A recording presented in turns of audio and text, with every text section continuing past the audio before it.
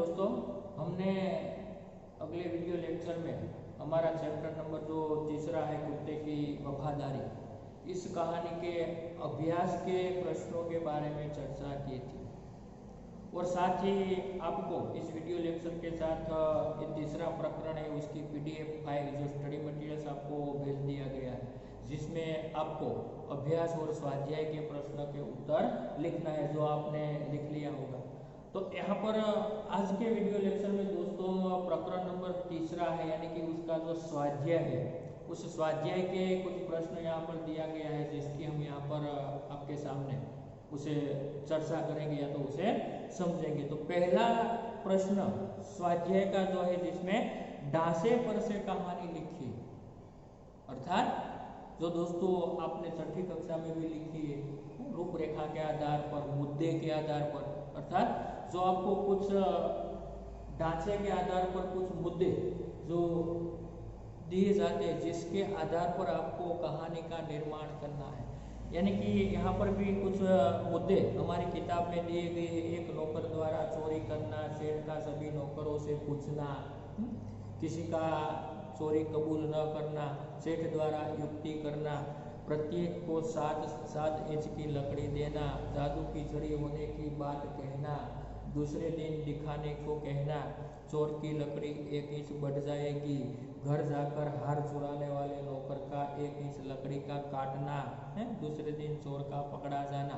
यानी कि इसी प्रकार के मुद्दे जो दिए गए हैं जिस पर से हमें कैसे कहानी बनानी। तो दोस्तों ध्यान से सुनना, इस मुद्दे के आधार पर मैं आपको ये कहानी बनाकर या तो मैं आपको ये कहानी सुनाता हूँ, जिसे आप सुनकर आप मौलिक तरीके से आपको अपनी रफ बुक में इस कहानी को लिखना है। तो इस कहानी को हम बनाए तो मेरी थोड़ी कहानी ऐसी होती जिसमें कुछ कल्पना शक्ति, हम कल्पना शक्ति का उपयोग करते। तो इस कहानी को किस प्रकार बनाया जाए, जो मुद्दे दिए गए हम कहेंगे कि भाई सुंदर नगर में माणिक चंद नाम का एक सेठ रहता था। उसके घर में कई नौकर चाकर थे। एक दिन सेठानी अपना कीमती जो हार था, जो सोने का हार था, वह मेज पर या तो टेबल पर रखकर किसी काम में चली जाती है। एक नौकर ने ऐसा मौका देखकर जो सेठानी ने मेज पर रखा था वह हार यहाँ से वह चुरा लिया। सेठानी वापस लौटकर आई तो मेज पर उसका जो हार उन्होंने जो रखा था वह हार यहाँ पर नहीं था। और सेठानी ये देखकर चंद गई, निराश हो गई कि ये क्या हुआ, मेरा हार कहाँ गया। तो उसने सेठ से अपने इस हार की जो चोरी किया गया था उसकी बात सेठ से को या तो सेठ को उसने बताई। और साथ ही सेठ ने अपने घर के सभी नौकरों को बुलाकर पूछा, परंतु किसी ने हार की चोरी कबूल नहीं की। फिर सेठ बहुत बुद्धिमान थे, इसलिए उन्होंने एक तरकीब सोची या तो एक युक्ति सोची और उन्होंने प्रत्येक नौकर को 7 इंच की एक लकड़ी दी और कहा, क्या कहा कि भाई देखो यह एक जादू की छड़ी है। क्या है? जादू की छड़ी है और तुम इसे घर ले जाओ और तुम सभी लोग इस जादू की छड़ी को, इस लकड़ी को तुम अपने अपने घर ले जाओ और कल लाकर मुझे दिखाना। जिसे हार चुराया होगा, यानी कि जिसने ये जो हार चुराया होगा उसकी लकड़ी 1 इंच बढ़ जाएगी। ऐसा कहकर सभी नौकरों को सेठ एक एक लकड़ी देता है, जादू की छड़ी बताता है कि जिसने हार चुराया होगा उसकी लकड़ी 1 इंच बड़ी हो जाएगी या तो बढ़ जाएगी। सभी नौकर अपनी अपनी लकड़ी लेकर अपने अपने घर जाते हैं। पर हार चुराने वाले जो नौकर था उसने सोचा कि भाई मैंने हार की चोरी की है, इसलिए मेरी लकड़ी 1 इंच बढ़ जाएगी। कि मैंने हार की चोरी की है इसलिए मेरी लकड़ी 1 इंच बढ़ जाएगी, क्यों न मैं उसे 1 इंच लकड़ी काट लूं।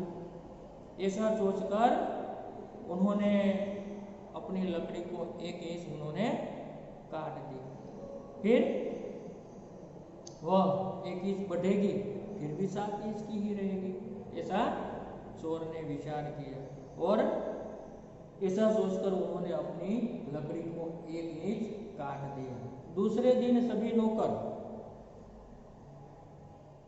सेठ जी के पास आते हैं, अपनी अपनी लकड़ी लेकर सेठ जी को दिखाते। सेठ ने प्रत्येक की लकड़ी देखी तो एक नौकर की लकड़ी 1 इंच कम थी। सभी लकड़ी को देखी तो एक नौकर की लकड़ी जो थी वह 1 इंच कम थी और सेठ को पता चल गया। जरा सा धमकाने पर उसने नौकर ने अपनी चोरी कबूल कर ली। सेठ ने उनसे वापस जो हार चुराया था वह हार अपना वापस ले लिया और उन्हें नौकरी से निकाल दिया। इस तरह सेठ ने युक्ति से हार को चुराने वाले नौकर को पकड़ लिया। तो इसी प्रकार से दोस्तों ये जो कहानी है उसे आपको अपने विचार से लिखना है, जो हमें परीक्षा में भी पूछी जाती है 5 अंक में। जिस प्रकार 6ठी कक्षा में कहानी पूछी जाती थी उसी प्रकार 7वीं कक्षा में भी कहानी लेखन का हमें पूछी जाती है, इसलिए आपको इसे तैयार करना है। अब उसके बाद प्रश्न नंबर जो दूसरा है जिसमें सूचना दी कि नीचे दिए गए प्रश्नों के उत्तर लिखिए। तो कुछ प्रश्न यहाँ पर दिए गए हैं दोस्तों, इसका हम मौखिक चर्चा करते हैं। तो कि भाई नीचे रात को कुत्ता पड़ाव की रखवाली कैसे करता था। क्या कहा है कि रात को कुत्ता पड़ाव की रखवाली कैसे करता था। तो हम कहेंगे कि भाई कुत्ता बड़ा वफादार था। अगर कोई चोर लुटेरे जो अपने मालिक या तो बंजारे के पड़ाव की ओर आते हुए देखे तो और वह चोर लुटेरे को भौंक भौंक कर उसे वहां से भगा देता था, उसी प्रकार वह पड़ाव की रखवाली या तो पड़ाव की रक्षा करता था। इसी प्रकार आपको इस प्रश्न का उत्तर देना होगा। उसके बाद दूसरा सवाल है, सेठ ने बंजारे के साथ कौन सी शर्त रखी। हम कहेंगे कि सेठ ने बंजारे के साथ यही शर्त रखी कि तुम अपना ये जो कुत्ता है मेरे पास जमानत पर तुम उसे रख दो और इसके बदले में मैं तुम्हें पैसा देता हूँ, जो उधार पैसा देता हूँ, और जब तुम हमारा पैसा वापस लौटा देंगे तभी मैं इस कुत्ते को तुम्हें वापस दे दूंगा। इसी प्रकार की शर्त सेठ ने बंजारे के साथ रखी, जो आप आगे पढ़ चुके हैं। फिर तीसरा है, सेठ ने कुत्ते को मुक्त क्यों कर दिया। जो दोस्तों हम आगे अभ्यास में भी इस प्रश्न की चर्चा कर चुके थे। तो जिसके बारे में हम लिखेंगे कि भाई एक दिन सेठ के यहाँ चोरी हुई थी और उसी दिन जो उस चोरों का पीछा करते करते कुत्ते ने जो जहाँ पर चोरों ने माल गाड़ा था या तो डांट दिया था वहाँ से उन्होंने चोरों को भगा दिया और फिर सेठ को धोती पकड़कर वही जगह पर ले जाता है और वहाँ से जो चोरों ने गाड़ा हुआ माल था वह माल उन्हें वापस मिल जाता है। इसलिए ये कुत्ते की इस प्रकार की वफादारी से खुश होकर सेठ ने उसे मुक्त कर दिया। ऐसा उसका उत्तर हम लिखेंगे। और चौथा सवाल है, इस कहानी से क्या शिक्षा मिलती है। तो हमें दोस्तों खास इस प्रश्न को याद रखना है कि भी इस कहानी से हमें यही सीख मिलती है कि कोई भी काम हमें जल्दबाजी में नहीं करना चाहिए, यानी कि हमें किसी भी काम को सोच समझकर ही निर्णय लेना चाहिए और वरना हमें लाखा की तरफ पछताना पड़ता है। इसे कि भाई किसी भी कार्य को हमें सोच समझकर या तो विचार कर करना चाहिए। अगर ऐसा न हुआ तो हमें लाखा बंजारा की तरह पछताना पड़ता है। इसी प्रकार इन प्रश्न का उत्तर दोस्तों हम लिख सकते हैं। उसके बाद जो प्रश्न नंबर तीसरा है दोस्तों, यहाँ पर हम बोर्ड पर उसे लिख कर समझेंगे कि नीचे दिए गए वाक्यों में रेखांकित शब्द का लिंग परिवर्तन करके वाक्य फिर से लिखिए। ये प्रश्न नंबर तीसरा है।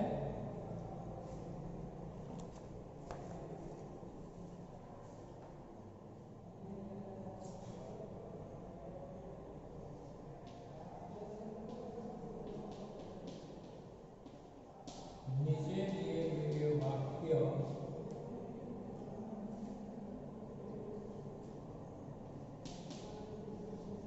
वाक्यों में से रेखांकित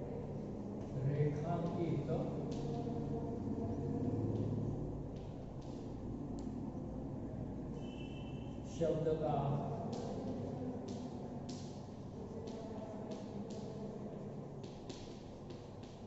लिंग परिवर्तन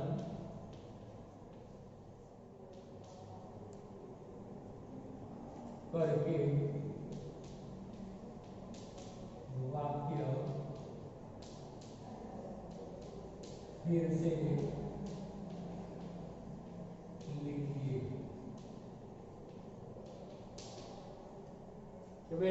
नीचे दिए गए वाक्यों में से रेखांकित शब्द का, तो वाक्य यहाँ पर दिया गया है उदाहरण के जैसा कि भाई घोड़ा दौड़ रहा है, तो लिंग परिवर्तन क्या होगा, घोड़ा शब्द का घोड़ी हो जाएगा। એવી રીતે અહીંયા વાક્ય આપણે બનાવીને એનો પ્રયોગ કરવાનો છે। પહેલું છે શેઠ ને कहा रुपये तो मैं दे दूंगा।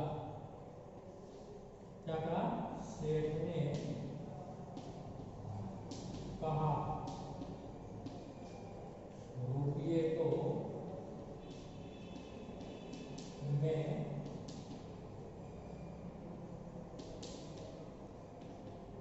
दे दूंगा। फिर दूसरा वाक्य है बंजारे को बहुत दुख हुआ।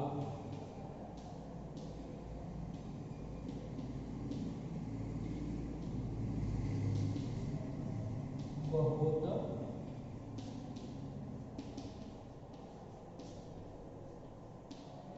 दुख हुआ। तीसरा वाक्य है ऊंट की पीठ पर सामान लादा है।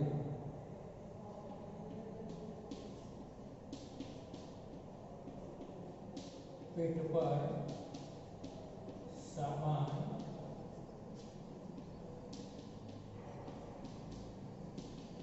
लादा है। फिर आगे मैदान में लड़का खेल रहा है।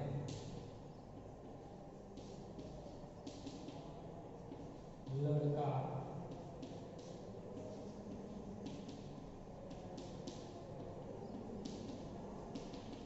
खेल रहा है। तो અહીંયા મિત્રો આપણને રેખાંકિત શબ્દો છે એ આપણે પહેલા તો જાણીએ તો ખાસ કરીને यहाँ सेठ शब्द से रेखांकित છે, પછી બંજારે શબ્દ રેખાંકિત છે, ऊंट शब्द रेखांकित છે અને અહીંયા लड़का शब्द से रेखांकित। હવે આ શબ્દોનું આપણે લિંગ પરિवर्तन કરવું હોય તો કઈ રીતે કરી શકીએ? જેવી રીતે અહીંયા सेठ तो क्या होगा, सेठानी, बंजारा तो बंजारी, फिर ऊंट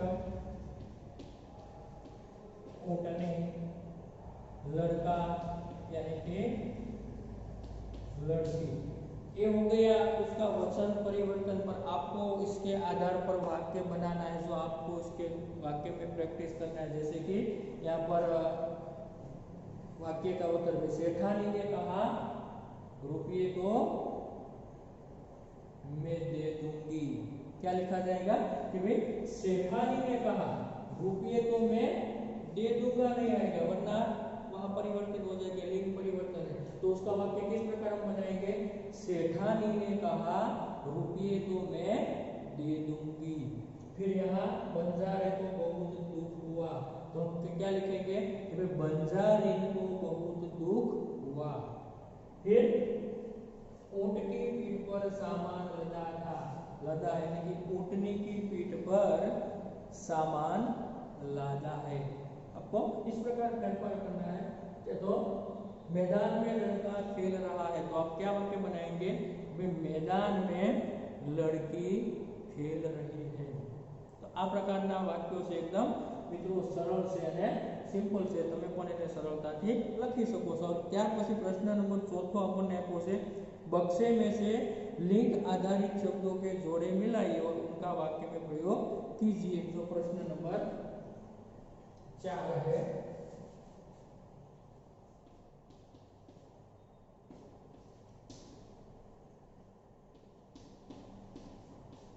बक्से में से लिंग आधारित शब्दों की लिंग आधारित शब्दों की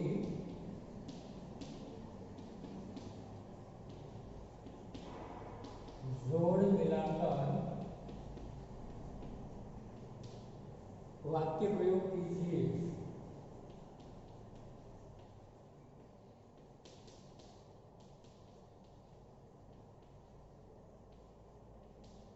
तो मित्रों अहीं आपणे शब्दों आपेला छे અને કઈ રીતે જોડી મિલાવી શકીએ, જેવી રીતે શિષ્ય,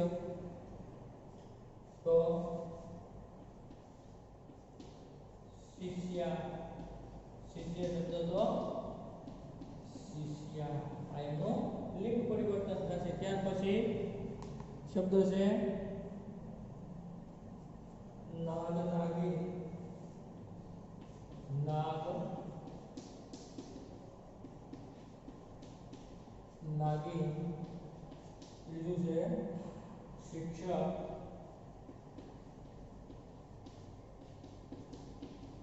शिक्षिका, नंबर 4 घोड़ा, घोड़ी,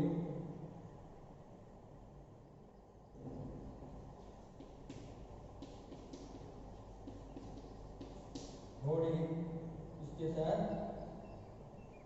गाय, तो बैल, गाय, बैल, देव, तो देवी। आ रीते आपणे लिंग परिवर्तन करीए के जे शब्दों अहीं आपणे आपवामां आवेला छे, बराबर।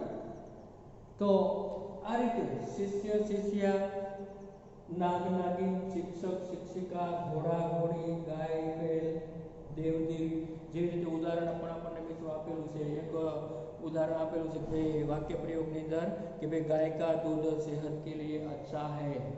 फिर दूसरा उदाहरण है बैल किसान का दोस्त है। गाय और बैल का उदाहरण यहाँ पर दिया गया है। अब उसके आधार पर आपको अन्य उदाहरण का वाक्य प्रयोग करना है, जो किस प्रकार लिखेंगे, जैसे कि शिष्य, शिष्या, तो उसका वाक्य हम कैसे बनेंगे कि शिष्य गुरु की सेवा कर रहा है। फिर दूसरा उदाहरण शिष्या गुरु की सेवा कर रही है। इस प्रकार हम वाक्य बनाएंगे। दूसरा वाक्य है नाग, नागिन, तो हम कहेंगे कि वे नाग फन उठाए बैठा है, नागिन फन उठाए बैठी है। नाग पुल्लिंग है तो बैठा है, नागिन स्त्रीलिंग है तो बैठी है, ऐसा हमें करना है, ठीक है। फिर शिक्षक, शिक्षिका, तो शिक्षक पढ़ा रहा है, फिर शिक्षिका पढ़ा रही है, ऐसा वाक्य बनाएंगे। एकदम सिंपल है, इजी, आपको पता चल जाएगा। उसके बाद देव, देवी, तो देव प्रसन्न होकर वरदान देते हैं, फिर देवी प्रसन्न होकर वरदान देती है। देव प्रसन्न होकर वरदान देता है और देवी प्रसन्न होकर वरदान देती है। और पांचवा घोड़ा, घोड़ी, तो हम कहेंगे कि महाराणा प्रताप का घोड़ा बहुत वफादार था। फिर सवार की रक्षा के लिए सवार की रक्षा के लिए घोड़ी ने अपने प्राण दे दिए। इस प्रकार हम वाक्य बना सकते हैं। ये जो दोस्तों सिंपल है, और मैंने आपको पीडीएफ में, यानी कि पीडीएफ फाइल में आपको भेजा गया, जिसमें आप देखकर अपनी किताब में इन सभी बातों को आपको लिखना है। उसके बाद और अंतिम एक प्रश्न है, प्रश्न नंबर 5वां, संज्ञा पहचानिए। प्रश्न नंबर 5,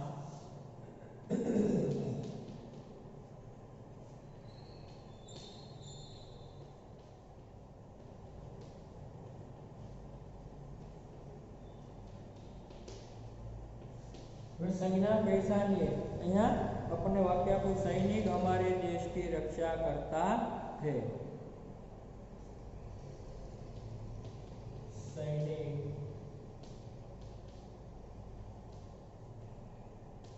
हमारे देश की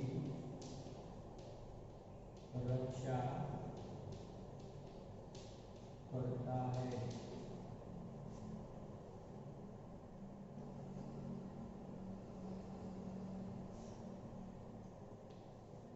बीजू से हमें देश की प्रगति के बारे में सोचना चाहिए हमें देश की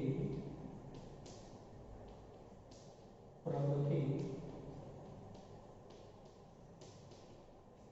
के बारे में सोचना चाहिए और एक है तीसरा गंगा भारत की पवित्र नदी है गंगा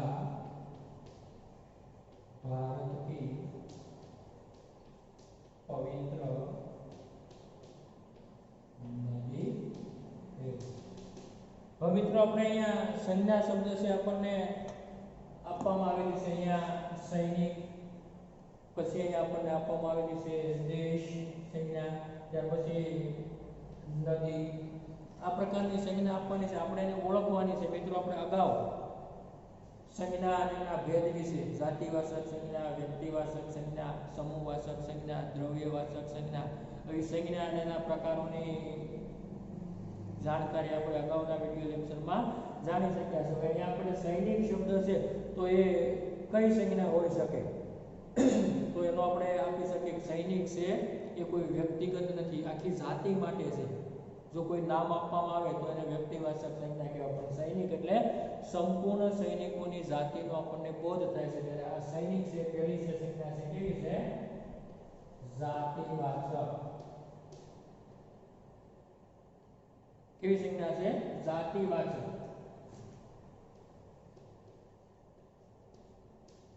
त्यार पछी मित्रों आगर हमें देश की प्रगति के लिए या तो देश की प्रगति के बारे में सोचना चाहिए तो ये पण जातिवाचक છે શું છે जातिवाचक છે परंतु એવું આપણને પૂછવામાં કે અમે ભારત દેશ की प्रगति के बारे में सोचना चाहिए तो भारत एक व्यक्ति एक नाम થઈ ગયું વિશેષ તો એમાં વ્યક્તિવાચક આવે પરંતુ દેશ એટલે દરેક દેશનો આપણને બોધ થાય છે એટલે એક દરેક દેશોની જાતિનો આપણને બોધ કરાવે છે એટલે એ જાતિવાચક સંજ્ઞા થશે અને છેલ્લે ગંગા ભારત की नदी है तो दोस्तों नदी છે એ પણ બધી જ નદીઓનો બોધ કરાવે છે તો એ પણ જાતિવાચક સંજ્ઞા થાય છે શું થશે જાતિવાચક संज्ञा कारण કે દરેક નદીની જાતિનો આપણને બોધ થાય છે પરંતુ આપણને એવું કહેવામાં આવે કે ભાઈ ગંગા ભારતની પવિત્ર નદી એટલે કે ગંગા શબ્દ જો રેખાંકિત હોય તો અહીંયા એ જાતિવાચક સંજ્ઞા ના બને પરંતુ કેવી બની જાય એ વ્યક્તિવાચક સંજ્ઞા બની જાય કારણ કે ગંગા છે એક નદીનું નામ છે એક વિશેષ વ્યક્તિ વિશેષનો આપણને બોધ થાય છે એટલે એ જાતિવાચક હોય પરંતુ અહીંયા નદી શબ્દ છે એટલે કઈ નદી એનો ઉલ્લેખ નથી નદી તો કોઈ પણ હોઈ શકે એટલે કે તમામ નદીઓની જાતિ વિશેનો આપણને બોધ થાય છે એટલા માટે એ જાતિવાચક સંજ્ઞા કહી શકાય તો અહીંયા મિત્રો આપણો જે ચેપ્ટર નંબર 3 છે એનું સ્વાધ્યાય છે એના પ્રશ્નોની સંપૂર્ણ ચર્ચા છે આપણે અહીંયા પૂર્ણ કરીએ છીએ તેમજ આપણો ત્રીજું ચેપ્ટર છે પણ પૂર્ણ થશે એનાથી વિશેષ તમને જે પીડીએફ ફાઇલ મોકલેલી છે એમાં તમામ સ્વાધ્યાયના પ્રશ્નોના અભ્યાસના તમામ ઉત્તરો છે આપેલા છે એમાંથી જોઈ અને વ્યવસ્થિત રીતે તમે એ તમારી બુકની અંદર લખી લેજો બરાબર અને ત્યાર પછીનો આગળનો જે નેક્સ્ટ ટોપિક છે મિત્રો આપણને ભાષા સજ્જતા એની અંદર આપણને સંજ્ઞા વિશેની માહિતી આપવામાં આવેલી છે જે આપણે અગાઉના વિડિયો લેક્ચરની અંદર સંજ્ઞા વિશે બોર્ડ ઉપર લખીને ટોપિકને શીખી ગયા છે સંજ્ઞા અને એના 5 પ્રકારો વિશેની માહિતી છે આપણે એ મેળવી લીધેલી છે એટલે હવે પછી આપણે જ્યારે આગળનો નેક્સ્ટ વિડિયો લેક્ચરની અંદર જ્યારે આગળ વધીએ ત્યારે ડાયરેક્ટલી આપણે સીધા એ ભાષા સજ્જતા છે એ સંજ્ઞા વિશે આપણે શીખી ગયા છે એટલે ચોથા પાઠની અંદર આપણે આગળ જશું છતાં પણ ભાષા સજ્જતાની અંદર આપણે જે કેટલીક બાબતો છે એની થોડીક ચર્ચા કરીશું તો અહીંયા આપણો આ ત્રીજું ચેપ્ટર છે એ સ્વાધ્યાય સહિત આખું ચેપ્ટર આપણે આજના આ વિડિયો લેક્ચરની અંદર પૂર્ણ કરીએ છીએ.